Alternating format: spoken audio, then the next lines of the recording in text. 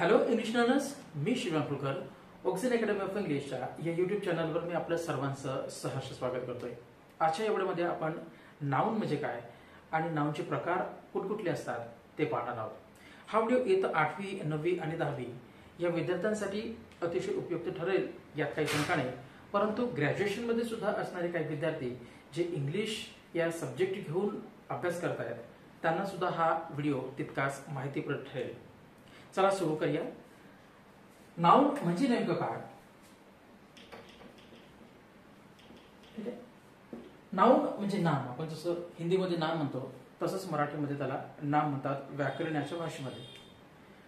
तर नाम म्हणजे नेमकं काय आणि त्याची डेफिनेशन कुठली हे अगोदर आपण पाहणार आहोत। ठीक आहे, तर आपण नामाची व्याख्या अशी करू शकतो।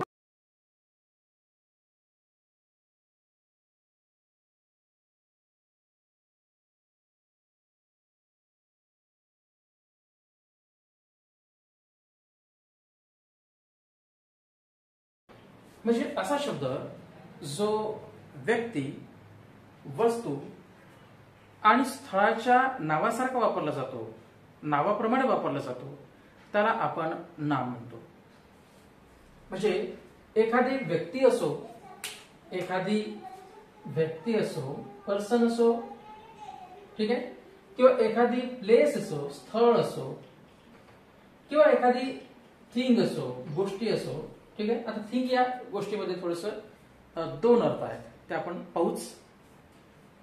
एखाद्या व्यक्तीचं नाव, उदाहरणार्थ महेश, सुरेश, आशिष,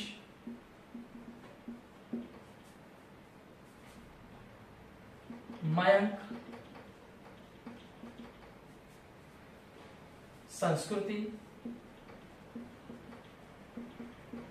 मनस्वी। तर हे व्यक्तींची नावे आहेत।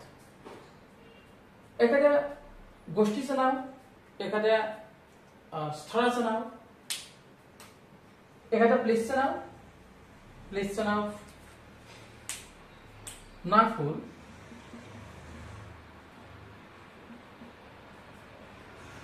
वर्धा,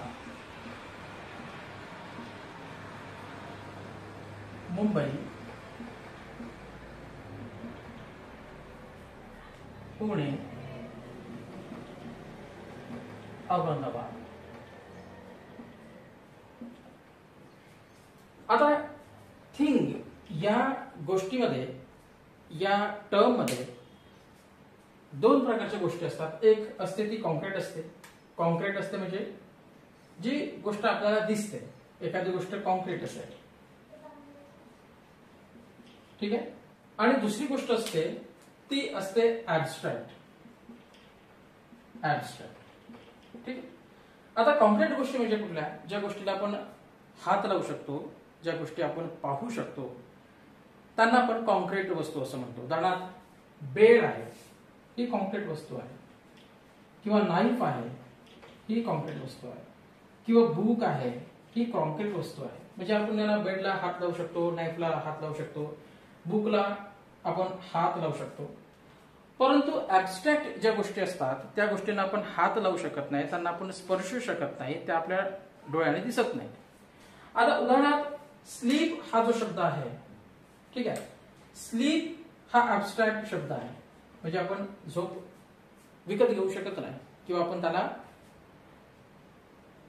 पाहू शकत नाही। ठीक आहे, ती आपण अनुभव करण्याची गोष्ट आहे। किंवा मग करेज असेल तर आपण करेज विकत घेऊ शकत नाही, किंवा ती गोष्ट अशी आहे की जे आपण त्याला आपण हात लावून पाहू शकत नाही।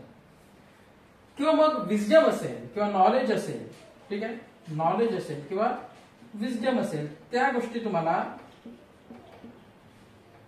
ज्या गोष्टींना आपण हात लावू शकत नाही, कोणत्या? नॉलेज आणि विजडमला। ठीक आहे, तर इंग्रजीमध्ये कॉन्क्रीट आणि ॲब्स्ट्रॅक्ट अशा दोन प्रकारच्या वस्तू असतात, दोन प्रकारच्या थिंग असतात। थिंग म्हणजे वस्तूच नाही, तर थिंग मध्ये या दोन टर्म्स समाविष्ट आहेत, ते कॉन्क्रीट आणि दुसरी ॲब्स्ट्रॅक्ट।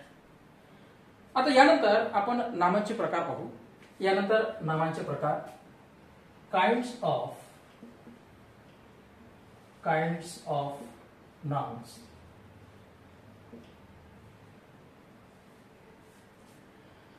आता नामाचे मुख्यतः दोनच प्रकार असतात. ठीक आहे, नामाचे मुख्यतः दोन प्रकार असतात. एक असतं प्रॉपर नाउन आणि दुसरं असतं ते कॉमन नाउन.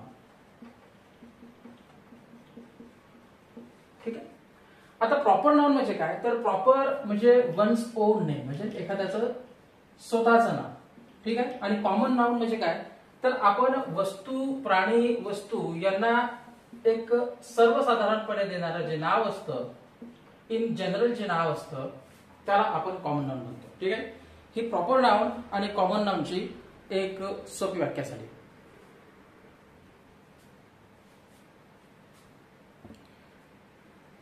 ठीक आहे, तर हे नाउनचे दोन मुख्य प्रकार आहेत, प्रॉपर नाउन आणि कॉमन नाउन. आता प्रॉपर नाउन्स म्हणजे काय, आपण एक्झाम्पल्स पाहू त्याचे. आता उदाहरणार्थ प्रदीप आहे, हे एखाद्याचं स्वतःचं नाव ठेवलेलं आहे. तर त्याचप्रमाणे बॉय हा जो शब्द आहे, हा जो वर्ड आहे, हा कॉमन नाउन आहे. हे सर्वसाधारणरित्या आपण एखाद्या वस्तूला, व्यक्तीला देणारं जे नाव असतं ते असतं कॉमन नाउन. त्याच्यानंतर आपण जर सपोज नोकिया हा शब्द प्रॉपर नाउन आहे.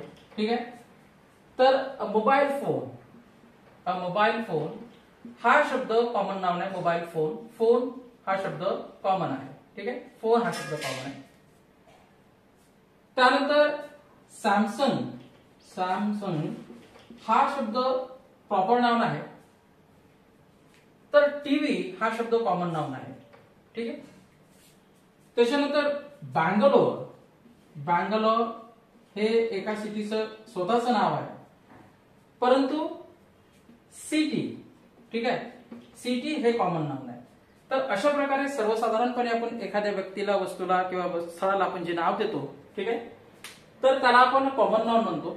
आणि एखाद्याचं स्वतःचं असं एक नाव असेल, प्रॉपर नाउन असेल, प्रॉपर म्हणजे वन्स ओन, एखाद्याचं स्वतःचं नाव असेल, तर त्याला आपण प्रॉपर नाउन म्हणतो. प्रदीप, नोकिया, सॅमसंग, बँगलोर हे प्रॉपर नाउनचे एक्झाम्पल्स आहेत, उदाहरण आहेत.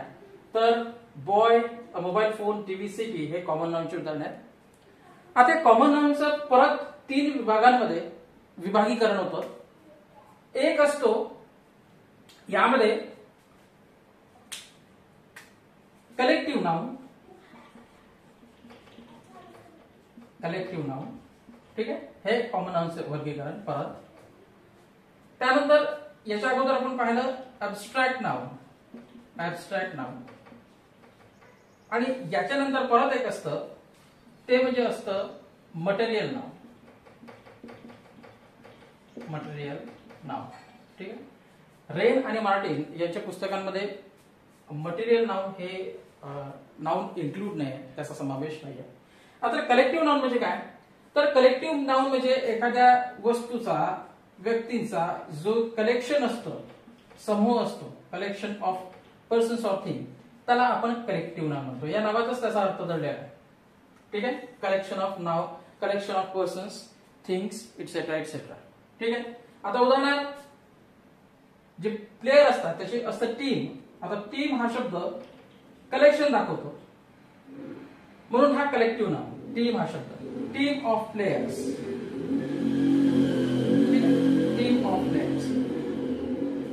किंवा मग आपण बंच हा शब्द आहे, बंच ऑफ बनानास. ठीक आहे, बनानाचा एक बंच असतो, हा बंच शब्द, टीम शब्द हा कलेक्टिव्ह नाही. ऍब्स्ट्रॅक्ट नाउन याच्या अगोदरच आपण पाहिले होते. उदाहरणार्थ हॅपीनेस हा शब्द ऍब्स्ट्रॅक्ट नाउन आहे, कारण याला आपण पाहू शकत नाही, ज्या गोष्टी आपल्या नजरेनं दिसत नाही. ठीक आहे, ज्या गोष्टींना आपण स्पर्श करू शकत नाही त्याला आपण काय म्हणतो, त्याला आपण म्हणतो ऍब्स्ट्रॅक्ट नाउन. ठीक आहे, हॅपीनेस आहे. त्याच्यानंतर विजडम आहे. ठीक आहे, तर ह्या गोष्टी आपण थिंकिंग मध्ये आपण हे करतो. ठीक आहे, एखादी गोष्ट असेल, त्याच्याशी रिलेटेड एखादी थिंकिंग असेल, तर आपण त्याला ऍब्स्ट्रॅक्ट नाउन म्हणतो. जसं आपण एकीकडे बुक लिहिलं होतं, बुक ही कॉन्क्रीट वस्तू होती, त्यामधून मिळणारं जे ज्ञान होतं, विजडम होतं, ते ऍब्स्ट्रॅक्ट गोष्ट होती. म्हणजे बुक या वस्तूपासून मिळालेलं परत एक आपण थिंकिंग करतो, परत आपण त्याच्याबद्दल विचार करतो, तर तो असतो ऍब्स्ट्रॅक्ट. हॅपीनेस झालं, विजडम झालं. ठीक आहे, किंवा मग आपण नॉलेज हा शब्द घेऊ, हे सुद्धा ऍब्स्ट्रॅक्ट नाउन आहे. आता ऍबस्ट्रॅक्ट नाउनला इंग्लिशमध्ये आर्टिकल्स लागत नाहीत, आर्टिकल्स लागत नाही. परत इन्फॉर्मेशन एक शब्द झाला, तर हे आहेत ऍबस्ट्रॅक्ट नाउन्स. ठीक आहे. त्याच्यानंतर मटेरियल नाउन. मटेरियल नाउन मध्ये काय असतं की याच्यामध्ये मटेरियल जे यूज केलं जातं, आता उदाहरणार्थ गोल्ड आहे तर ते मटेरियल नाउन आहे. त्याच्यानंतर ऑइल आहे तर हे मटेरियल नाउन आहे. ठीक आहे. त्याच्यानंतर सिल्वर आहे, हे काय आहे, हे मटेरियल नाउन आहे. हे मटेरियल नाउनला सुद्धा आपण आर्टिकल्स लावत नाहीत. ऍबस्ट्रॅक्ट नाउनला पण आर्टिकल लावत नाही. कलेक्टिव्ह नाउनला आपण आर्टिकल लावतो. कॉमन नाउनला आपण आर्टिकल्स लावतो. ऍबस्ट्रॅक्ट, त्याच्यानंतर मटेरियल आणि प्रॉपर या तिघांना आर्टिकल्स लागत नाही. कलेक्टिव्ह नाउनला आपण आर्टिकल्स वापरतो, जसं मी आधी सांगितलंय. ठीक आहे. तर ही होती नामांविषयी फक्त मूलभूत माहिती.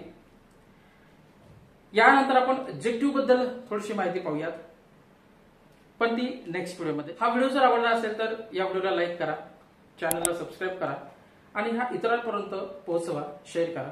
तोपर्यंत भेटूया आपण नवीन व्हिडिओमध्ये दुसऱ्या दिवशी एडजेक्टिव्ह सोबत. तोपर्यंत थँक्यू सो मच.